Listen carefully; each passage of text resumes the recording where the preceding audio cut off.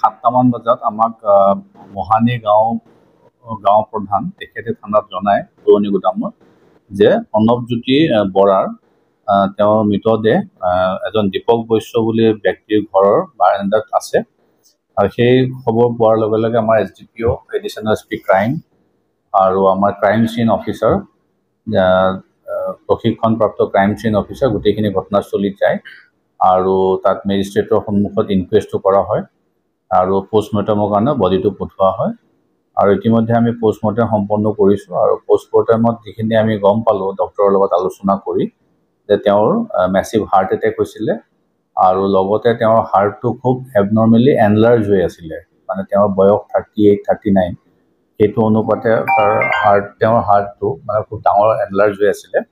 তো আমি এতিয়া ইনভেষ্টিগেশ্যনটোত চাব লাগিব যে তেওঁৰ মেডিকেল হিষ্ট্ৰী কি আছিলে আগতে, আৰু আমি জানিব পৰা মতে আজি কিছুদিন আগতে তেওঁ জণ্ডিছতো ভুগি আছিলে বুলি কৈছে। গতিকে প্ৰিলিমিনাৰী যিখিনি আমি প্ৰাইমা ফেচি এভিডেঞ্চ পাইছোঁ এতিয়ালৈকে, ডক্টৰৰ ভাষ্য যিখিনি পাইছোঁ PMত, তেওঁৰ মতেদি মেছিভ হাৰ্ট এটেকত তেখেত ঢুকাইছে। আৰু বাকী যিখিনি তদন্ত কৰিবলগীয়া যে মানুহে তেওঁৰ ঘৰৰ পৰা ভাত খাই তেওঁ ওলাই যোৱা বুলি কৈছে, 10-15 মিনিটমান আগতে ভাত খাই ওলাই যোৱা বুলি কৈছে, সেইখিনি আমি তদন্ত কৰি আছোঁ।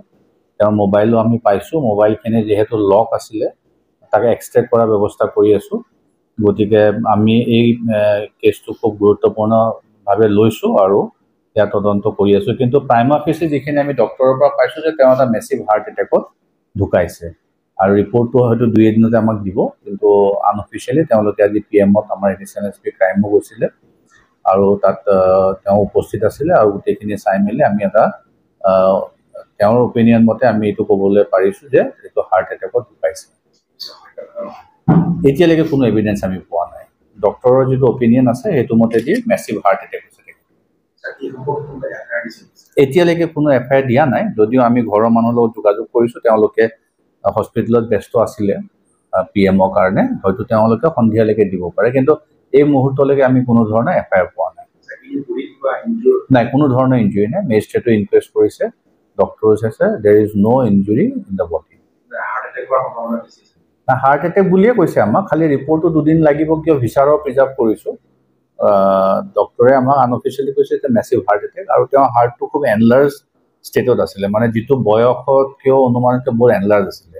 তো আমাক ডক্টৰে এইটো এডভাইচ কৰিছে যে মেডিকেল হিষ্ট্ৰী কিবা আগৰ আছিল নেকি, তেওঁ কিবা ট্ৰিটমেণ্ট কৰি আছিলে নেকি। তো আমি এনেই ঘৰৰ পৰা গম পোৱা মতে তেওঁ কেইদিনমান আগত জণ্ডিছতো ভুগিছিলে, কেইদিনমান আগত চিকিৎসাও কৰি আহিছে। গতিকে সেই এংগেলটো আমি চাই আছোঁ।